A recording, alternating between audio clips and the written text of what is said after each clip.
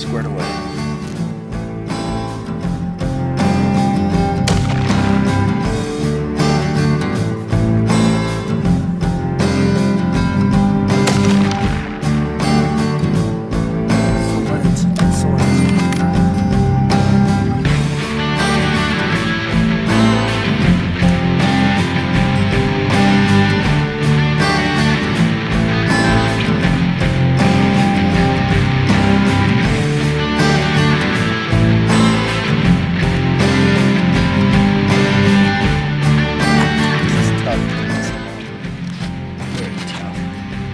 Just 2 days ago, I was on top of a desert mountain ridge.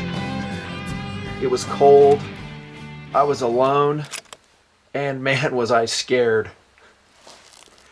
Not scared because I was alone, but because I didn't have a spotter while shooting very expensive ammunition.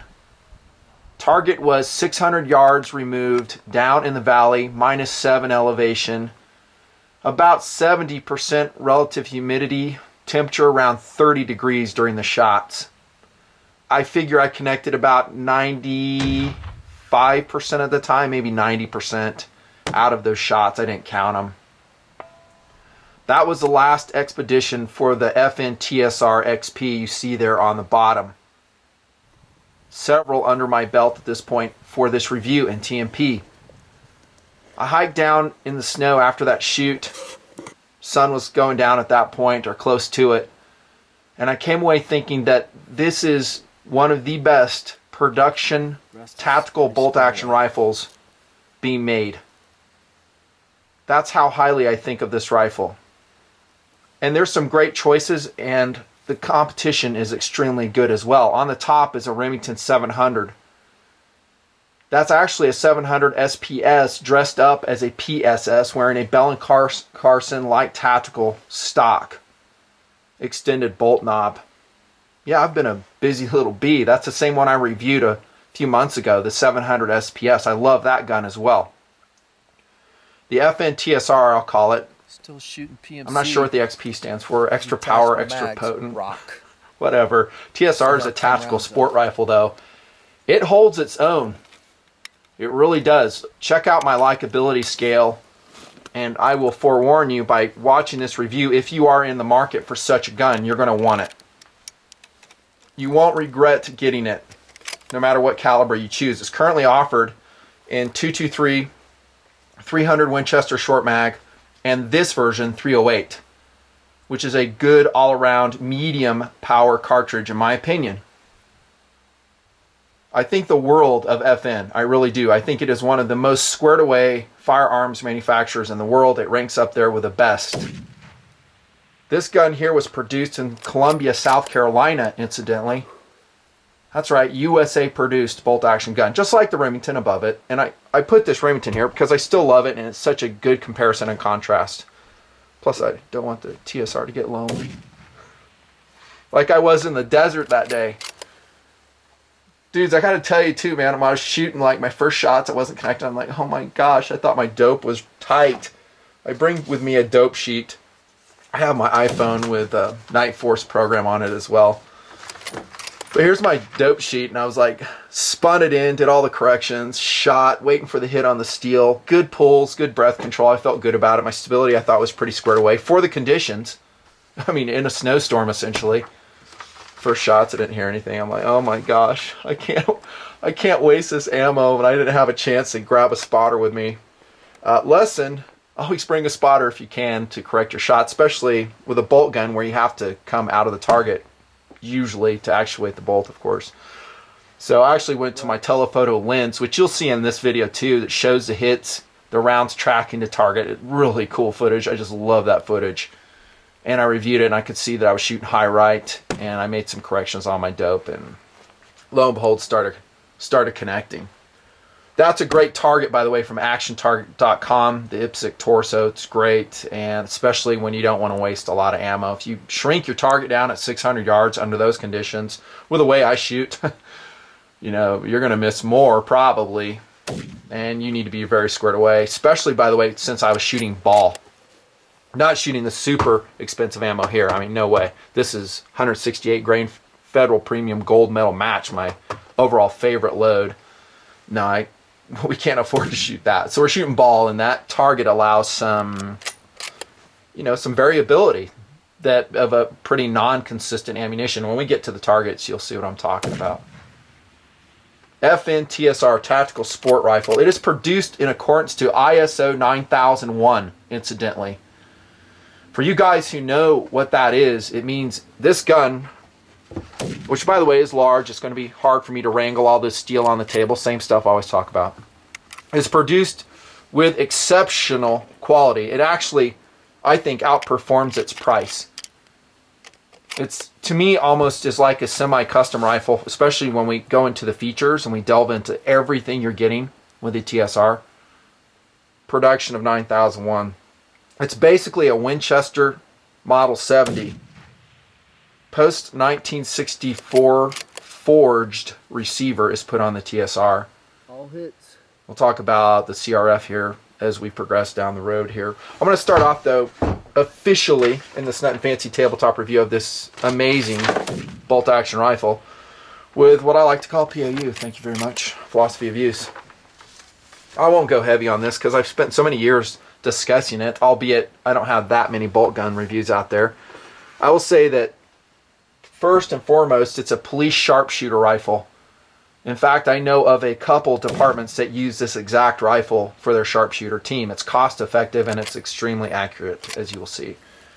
Breaking into the FN catalog, there are some other, I'll call them cop options out there if you're a department dude. They're going to be more expensive and they're definitely going to be heavier. One would be the SPR Alpha 1. This is a 12 catalog.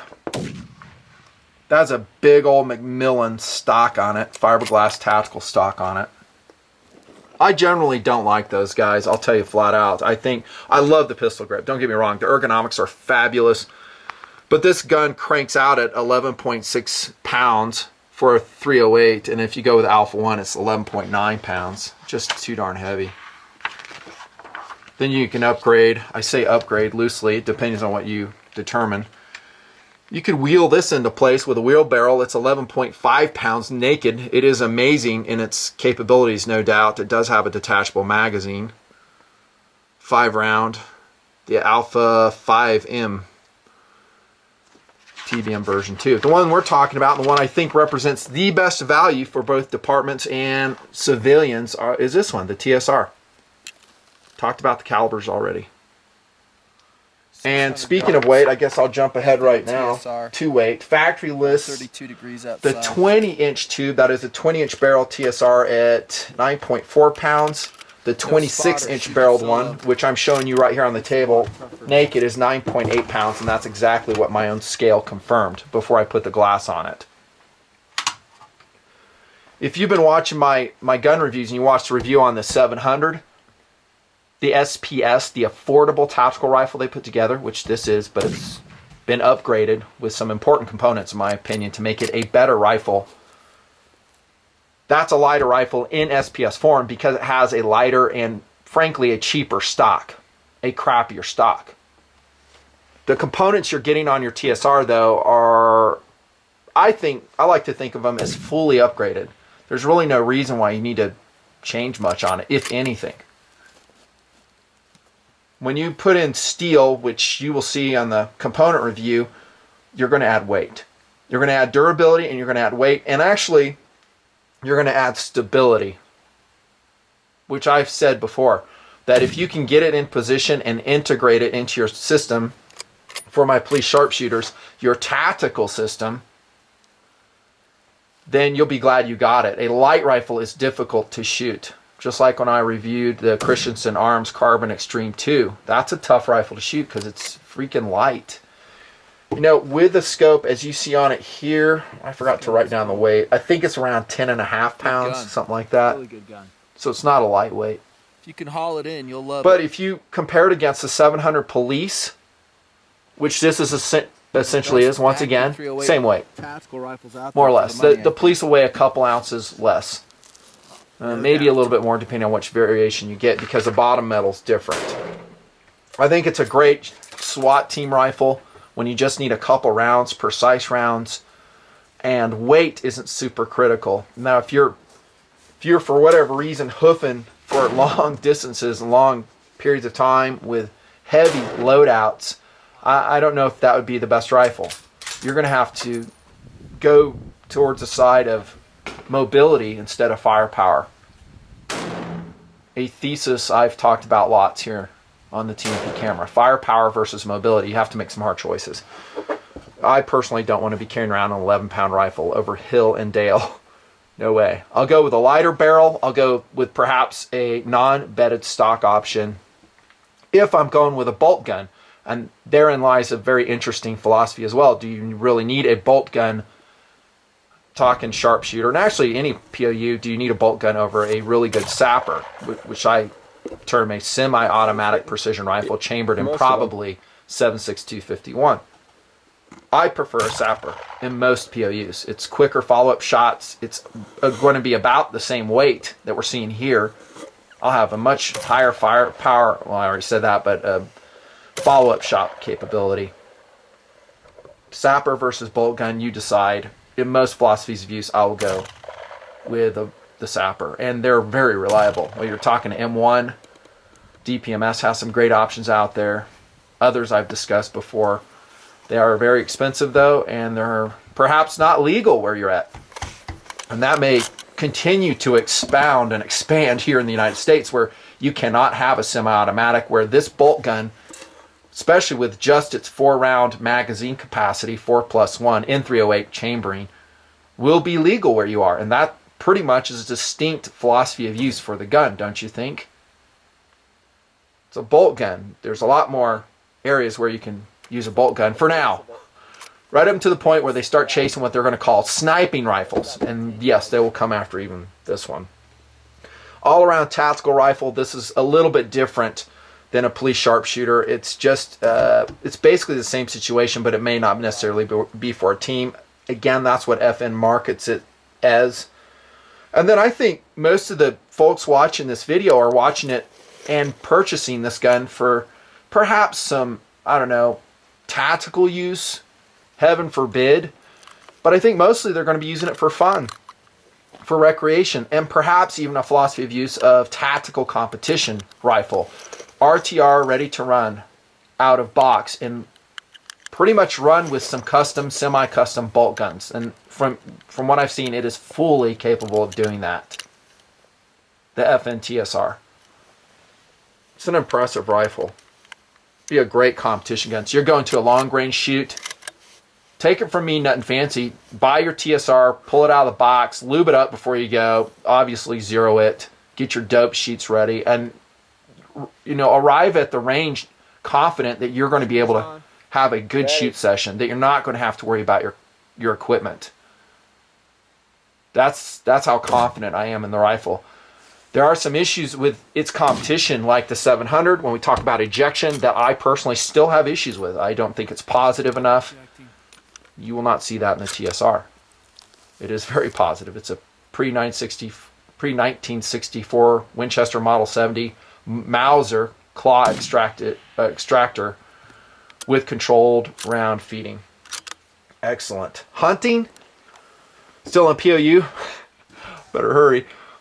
Yeah, you could, especially if you're, I don't know, not hiking a long way and you put it on sticks or a tripod, or you're going prone with it. I think, especially in 223, you're using it as a varmint rifle. Not that 223 is the best varmint caliber. Sighting it in. Even this caliber, 300 or 308 or 300 WSM for big game, yeah, you could use it. You might get some Snickers in your hunting camp when you show up with it with a tactical rifle. And there are a lot better options weight-wise, but absolutely you could use it. And that's all I'll say on philosophy of use. Let's jump into innovation, design, weight, size, ergonomics. I'm just going to kind of roll them in as I've been doing lately in some reviews because it kind of makes sense. I'm going to start, I guess, at the butt end of the TSR. That ejection. That's a great butt pad on the TSR. Very comfortable to shoot. Granted, this is just a 308. But having shot a lot of 308s without butt pads, it will wear on you. You'll know it. And you'll start flinching as the day progresses. So, yeah. With this caliber, put a butt pad on. Definitely with 300 WSM, 223, Look at all the recoil do I absorption need you it? get out Not of that really. thing. It does give you traction though, Nothing. so it locks the gun in place try for it. I consistency. don't want to. And when you're What do you talking about a precision bolt gun, you definitely want that consistency. The only thing I would say is you want to tape it with electrical tape, just like this one here. That way it doesn't grab your clothing, your LBE, whatever else you're wearing there. Hopefully you're wearing something. That's a Hogue stock in olive drab. Excellent. I would never replace this stock.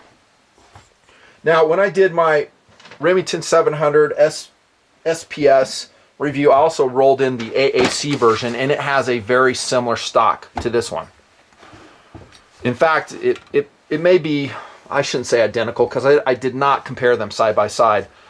But first, on the exterior is that very tractionable, there's that made up word again, rubber. The good is it's very comfortable, does not transmit heat. It absorbs shock, and it's very quiet.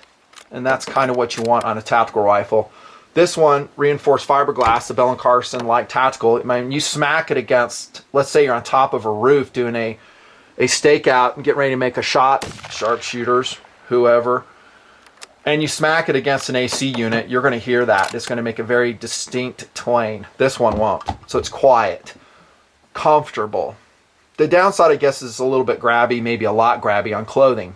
For a bolt action rifle, I'm much less concerned about that. I'm more concerned when we talk about putting Hogue grip panels on our concealed carry guns, our duty pistols, where they're passing shirts, jackets, where they can get hung up, and maybe we're trying to execute some speed in the draw. This has a full-length aluminum rib running right here. It's got aluminum pillars for bedding. It's extremely rigid. Right here, I'll roll in some pictures.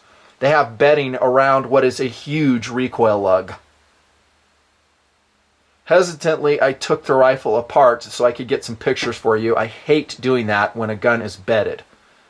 In fact, FN smartly recommends against not doing it, because they're afraid that when you take this action out, you take the two hex-mounted receiver screws, which are right here, very similar, by the way, to the 700.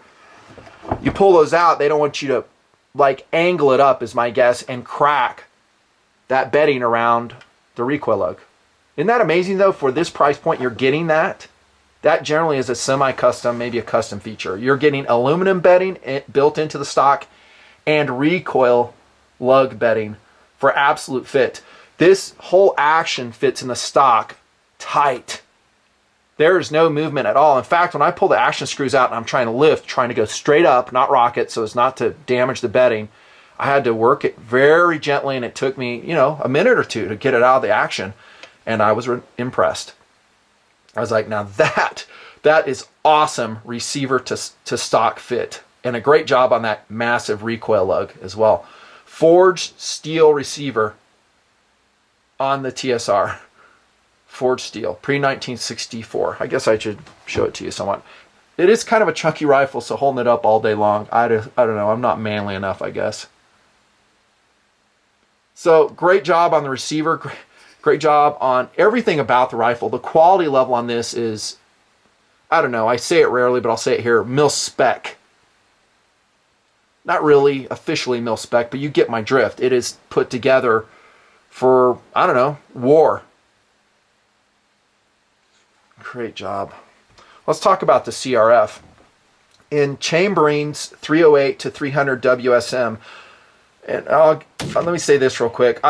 The 300 WSM, I'm not a super huge fan of, mainly because of magazine capacity. It's such a short, fat cartridge, and in my testing with other rifles, I found that sometimes it doesn't feed that good because it's a short, fat cartridge. It will tilt in the magazine box. I saw that with a Carbon Extreme 2, and I came away a little bit underimpressed with it. I'd prefer to go with a full-length 300 Winchester mag for several reasons. One, it has a lot of low data components that I can run. I can buy it in bulk. Well, not that cheap, but it seems from my sources for a while there it was more accessible than the 300 WSM, which is a hunting round in most circles, limited use tactically. Arguments are made, but hey, I can go with a short receiver, a stiffer receiver with a WSM. I get it. But shooting 300 Win Mags, I don't see a huge difference in accuracy. So, little aside there, I would, in fact, if it was available, I would have secured one of these in 300 Winchester Mag for the test. I really wanted that. Like I said, 308, it's a medium powered cartridge. It's a good all-arounder. You can sing it out to 800. Past 800, I don't have a lot of confidence in it, and I don't have a lot of confidence in me making the shot. I've done it before. I'll do it again, probably on camera, but I want a 300 or better. 338 Lapua, thank you very much. If whoever I'm shooting for can afford it. Back to the bolt, though. I'll get into CRF here in a second. This is a great feature right here. The bolt handle. You don't have to do anything with it like I felt compelled to do with the 700. That's an extended bolt knob on there. Put on by a gunsmithing service, not me. I didn't want to dick it up. You can thread it and do it yourself, get it? That's a Badger Ordnance one. And now that thing is really nice. I love it. This you won't ever have to do it with at all. It's just a 4140 steel and it's ready to go. Love it. It has a 3-position safety on it, and it's a love-hate thing with me. I like the Remington safety. I've said that before. I like the push forward, push here. Do I need a 3rd position? This is fire position here. This is blocking the sear. You can still actuate the bolt, but the gun will not fire. This is locking the bolt safe. Mauserish. Same thing we saw before. It's not super ergonomic for me, even though I have large size hands to come up and actuate that. I can live with it. The good news is FN did a good job of rounding it, so there's not a lot of sharp corners. And just like we've seen a lot of bolt guns, you can tell when it's cocked. Right there at the end of the bolt. Rest is pretty squared away. And that takes us to the CRF discussion, which I was attempting to do earlier. In chamberings 308, 300 WSM, it will have pure CRF. And that means the round will be controlled from the exit of the magazine, shown here for your convenience. And it will slide up and go against the bolt face here, be captured by the extractor, and push straight in without any angle into the chamber. The nose of the cartridge will not be damaged. Now, I've said in other reviews that I never have seen a problem with push feed rifles, and you could say that about the M24, the M40, which for years have been in use with the military with great success, and they're push feed. They're not CRF. But I'm changing my tune a little bit with this review and shooting this gun. I'm digging CRF for that reason, that we're pushing it straight in. We're not mashing our bullet tips. So we're maintaining a precise aerodynamic profile on the round. And this is really important. You have just outstanding ejection. Outstanding. You have that huge Mauser claw extractor right there. Your ejector will go in that slit right here, and it is a fixed blade ejector in the TSR. And let's take a look down here. Can you see it? I don't know. Let me get my flashlight. There you go. There's the ejector. That bad boy. Okay, so with that fixed blade ejector, what that allows for us to do, as you guys probably know, is vary the ejection force. So if we're reloading, we're shooting at the range or whatever, and we don't want to throw our casing over to the dude next to us, we manipulate the bolt slowly. And out comes a beautiful, pristine ejection, landing where we want it to. However, if we're tactically shooting, we need absolute positivity in our ejection, extraction process. Manipulate the bolt smartly. Out it flies. And man, this thing will throw it. It's just a perfect system. Better than the 700. Better than the Savage. From my own experience, and I have hundreds and hundreds of rounds through all these rifles at this point in the Nutnfancy project and in years previous. This is a superior ejection system. Sorry, it just is. Still love you, 700. Other rifles that use that, but man, is it so refreshing. After seeing the anemic ejection of some of those other rifles, I was just like, wow. And I actually upgraded this one to a stronger ejector spring. This is a plunger ejector in the 700, and it's slightly improved, not great. Has a stamped steel extractor. There you go. There's your data on that. And looking at the bolt, very Mauserish. Again, you have two big locking lugs here, and you have a rear locking lug right there. If I'm not mistaken. Could be. It's happened before. Materials, design, innovation. Well, check this out. This is, now we talk about value. I want to remind you that we had this discussion. The TSR is including a 20 MOA steel Picatinny rail. There's some of that weight, by the way. You're not going to get that with your 700 PSS and a lot of other rifles, and it's going to cost you about $125 to $150 to go out and get it. This one on this rifle, purchased by TMP, that's an MGW, I think 7000 series aluminum tactical base on there, and it is also 20 MOA. It's great. So these guns basically have the same setup here. The difference being this is factory included. You don't have to dink around with it. And by the way, it's attached with 840 screws, which some of you guys like. I think the regular smaller screws are fine, but like I said in other reviews, if I can get them, no extra cost, I'll take them. I guess I ought to tell you what glass I used to shoot this rifle with. Might be a player. This is a fun review, by the way. I'm really liking it. This right here is a Viper, Vortex Viper. There's the specifics right there, and it did a lot of the accuracy work. It is a great scope. It's in mil radian. It has an EBR-1 reticle on it. It's illuminated. It's a lot of scope for the money. The only reason I really took it off the gun, and now I'm running a step down. This is a Buckmaster's mil dot 6 to 20. Is it 6 to 18 power? Is because I like working in MOA, contrary to current trends. Incidentally, everyone else is like, dude, MOA or mil radian is where it's at. Well, the thing is the way we work, we spin in our MOA. If I'm shooting solo or I'm shooting with a spotter, he's not in glass that has an EBR reticle or a mil radian reticle. It works fine for us. I'm real happy with MOA corrections.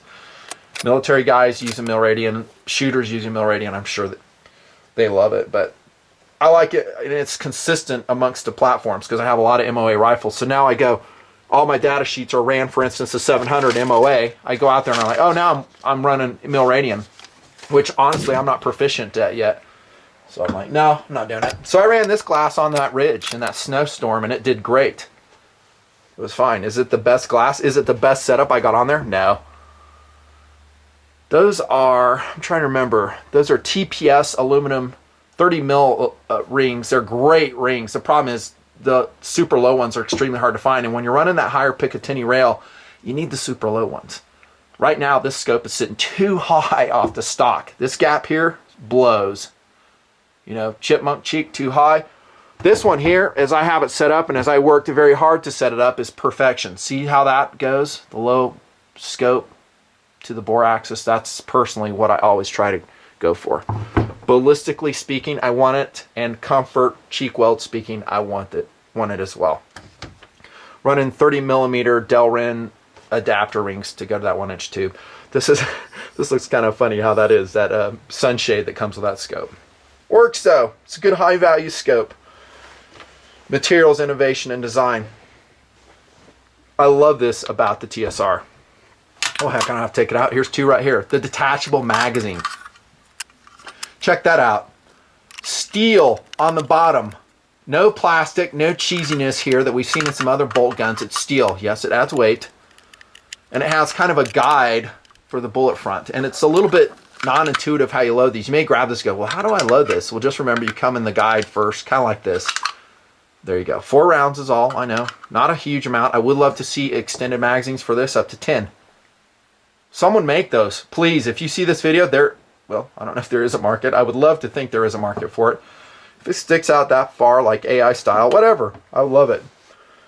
Great magazines, and it's actually great bottom metal too. It is mimmed steel, not forged here. It's just too expensive, and it does add weight, but that is a quality trigger guard. Look how large it is for your gloves. Very nice. Great bottom metal. If we compare it against the 700 PSS, that's pretty much pot metal. Is it a critical component? Not really. Unless you're in and out of armored vehicles or some really heavy use where it would be banging around a lot, maybe. Perhaps. Let's talk about the trigger on the TSR. It is called, I got to remember the name of this, the Tactical Sport Trigger. It's CNC milled, and it is basically representing the later style of Winchester Model 70, what they call 3-lever MOA trigger. How is it, Nutnfancy? It's okay. It's not like super awesome. It has very little creep. In fact, hardly any at all. But mine on this rifle here breaks at 5.5 pounds, and that is unimpressive for a precision rifle. Well, Nutnfancy, you can adjust that thing. Well, I know, supposedly. So when I took it out, I actually went to the step. I'm a medium skill gunsmith in my own right. I went to the step of pulling that trigger group off, and I was going to adjust it. And there's 2 little screws on the side of it that you need to basically jeweler screwdrivers in, and it wasn't turning. They were very tight. I just didn't want to dink around with it, so I did not adjust it. I ran it at that 5.5 pound weight the entire test. It could be lighter, and actually it could be a lot easier to adjust, just like, what's it called, the X Mark Pro in the 700. I think that's what yeah, X Mark Pro. That's an adjustable trigger. You can see I have that backed out all the way. That's pulling it around, I think, 4 pounds. I wish it was lighter. We talk about accessories. There are some aftermarket trigger options for it. One would be the Jarred. That would be my top recommendation. It's reasonably priced. They have a whole bunch of different weights that you can get with it. It's easy to install. Be careful of your bedding. They have a Timney one. I'm not impressed with Timney, I got to tell you. I think they're overpriced and arrogant. So yeah, I'm not a big Timney fan. I would recommend another option. And there might be a couple others out there that I'm forgetting. But the trigger as it was, I didn't feel like it hampered the accuracy that much. I would like to see it pull around 3 pounds myself. I'm a trigger snob. I like that, especially when the ranges go long. 600 plus. Heck, forget that. Just at 600, you're gonna be working. There's your 2 hex head screws there. Make sure they're tight, torqued down properly. I don't know offhand what a good torque would be. I just crank them down. It seemed to cause a problem. There's your gas relief hole there. And there is a cold hammer forged 26-inch barrel, which I like. The only thing I wish it had was threading at the end. You know what I'm saying? I'd really like that. In fact, if I were to have this gun, I would probably look into getting it threaded for suppressor. That's probably going to be, it will be a gunsmith operation as he takes it out of the barrel to action, spins it on a lathe, threads it. Hey, FN, I would probably thread that. If there's a big enough market for it, because it will cost them more machining time, and if people don't care, they're not going to spend the money. I love the fluting option. It lightens it a little bit and it helps cool it a lot. Speaking of which, I did not let this rifle cool at all on the ridge. I mean, I'm just going. During accuracy testing, there were no cooldown periods. There was no barrel break-in at all. Did you catch that? I don't have time. I don't have interest. So all the stuff I'm showing you is no barrel break-in, shooting it, going to town. I've got other guns I'm testing that's just the way it is. The barrel profile is labeled as medium. I would think it's kind of a military medium. It's on the heavier side, but for this philosophy of use, this type of rifle, it's perfection for that style of fighting or firing.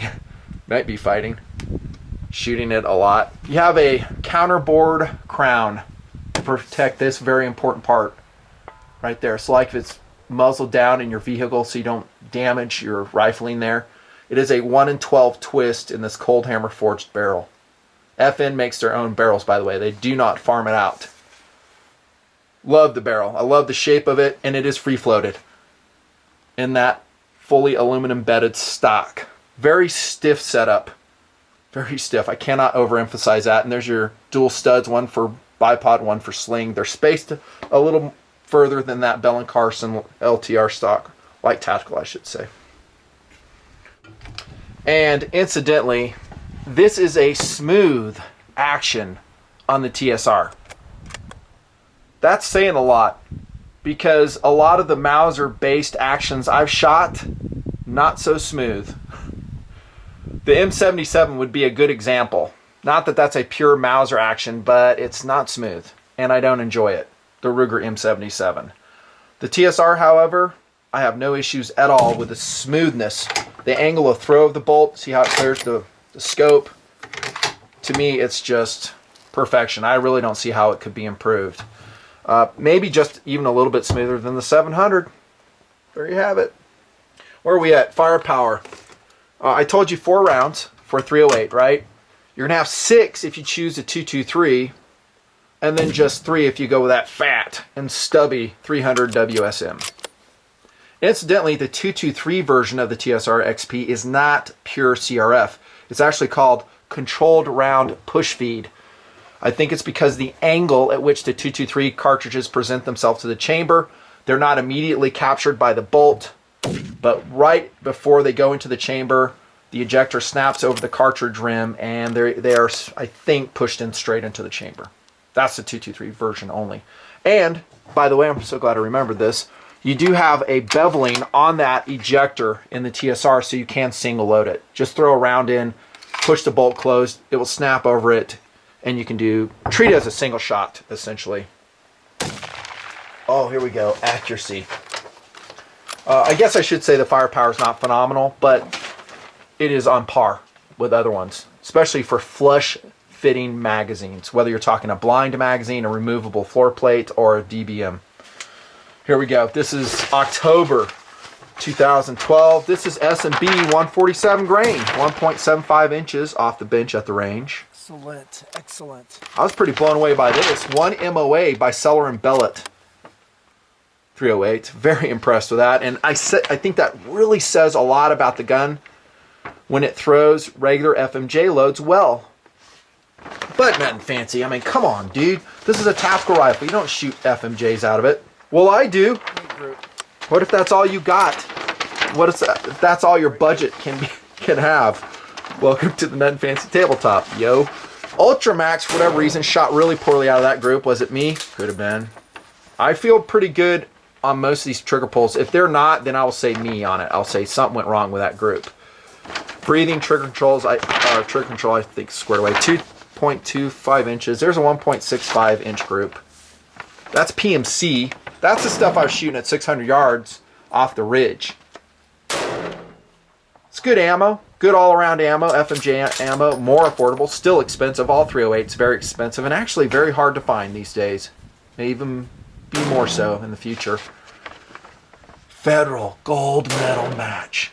Oh my gosh, I love that stuff. That's this stuff I showed you a little while ago. That's actually a pretty good price on it we got.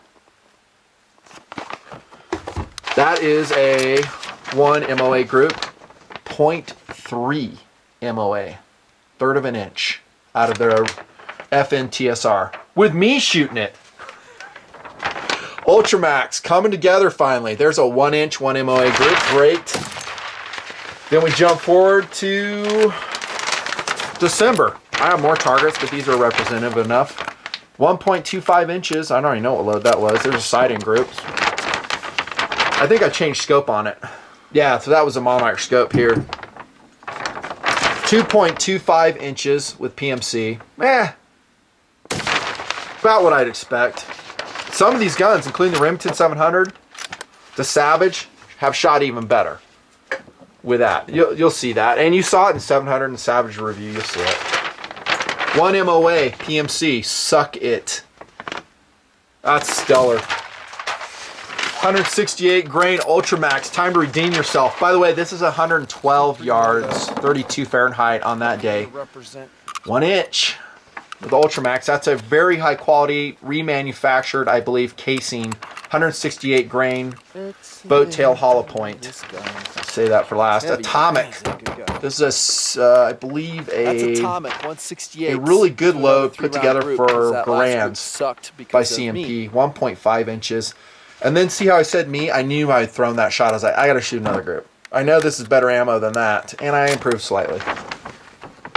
0.85 MO8. That's basically a 0.9 inch group with Atomic 168s. And here we come, our friend again. 168 gold medal match, Federal, 1 inch.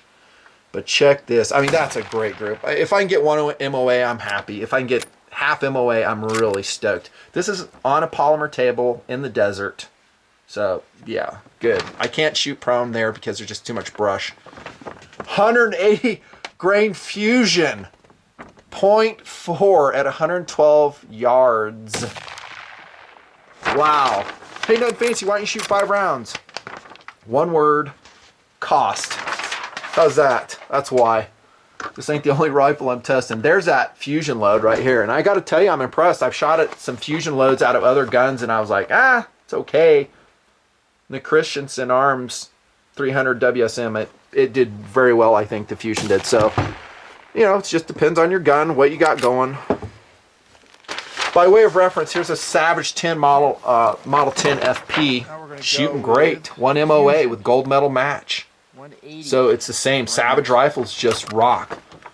0.8 MOA, 1.5, 1.75 gold medal match.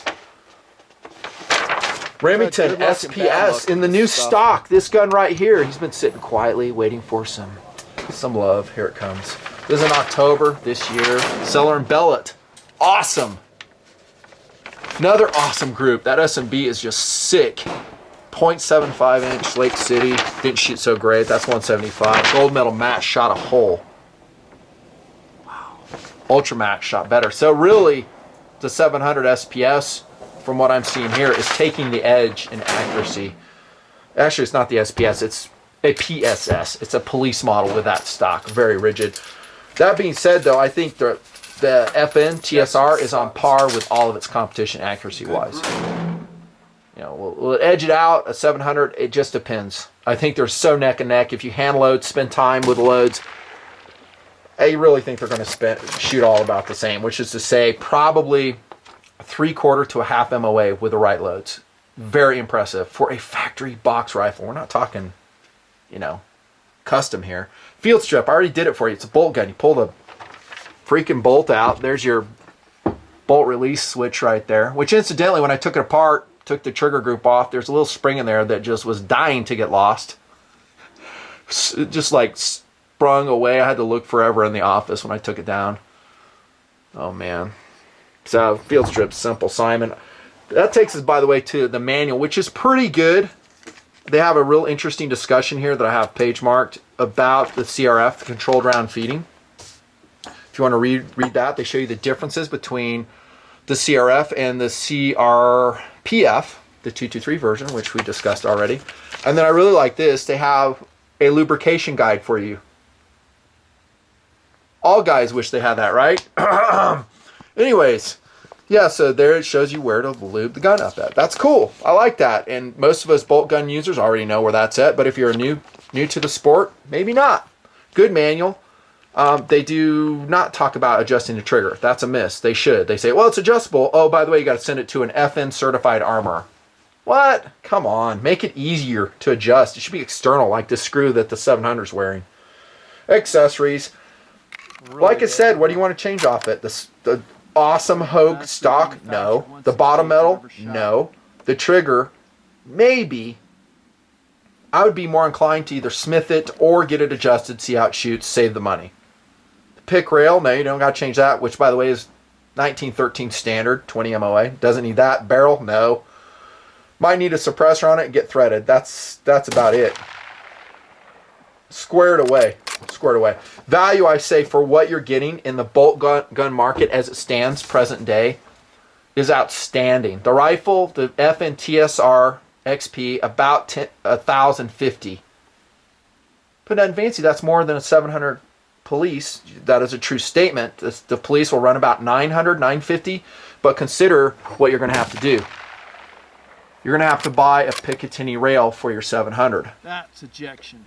Okay, now the police comes with a very stable HS Precision stock, right? You don't have to switch that out. How about the bolt knob? You might. This does not need to be replaced. That one, in my estimation, to get the gun really awesome and squared away, kind of needs it replaced. Nice. You can run it the way it is. Job done. So forget all that extra, but just consider the Picatinny rail, same price as a 700 PSS. I think the Kimber 8400, light tactical, awesome rifle, but that's a $1,500 gun. 9.6 pounds, so it's exactly the same weight, more or less. 46 inches, 46.5 inches overall length, 26-inch barrel, half MOA gun, that Kimber 8400. Great ergonomics, great stock on it. By the way, the overall length on this is 44.5 inches with that 26-inch tube, which I prefer, by the way. But Nutnfancy, I mean, 308 is not barrel sensitive. I still like it. I get 70, 60, 70 feet per second more out of it. It's already going to be a heavy rifle. Now, if you're going to go in urban environments or you really want the most compact form factor, you do intend on threading it, you might want to get the 20-inch tube. And yes, you won't lose that much velocity-wise. But to me, this is a desert rifle philosophy of use. I'm ranging out all the way to 800, maybe beyond. 700 PSS, we've been talking about that. Savage rifles like the 10 FP, other alternatives. That's all I'm going to say. I'm going to end the review now. FN TSR, I think, ranks easily in the top factory-produced precision bolt guns out there for what it is. I mean, out of box, you see how it shoots. The reliability, by the way, was phenomenal. Whereas I've had problems with both Savage and Remington's in the Nutnfancy project testing. Weak extractions, rounds tipping up in the magazine. I've shown these on camera before. I don't hold back. I had none of those issues with a FN TSR. Overall, I came, again, walking down that ridge going, this is a very squared away gun. The only downside that I can even see is that it's heavy. But you're getting steel bottom metal, an attached Picatinny rail, a very thick, I think it's a thick barrel, albeit fluted. It's a strong rifle. That's going to add weight. There's good weight and bad weight. The question is how do you determine that weight? If you want a gun that shoots half MOA, out of box, squared away from a company that knows how to make rifles with a very impressive history, I would highly recommend looking at the TSR XP. It's a Hall of Famer here in the Nutnfancy project, and I'm done. Thanks for watching. Awesome!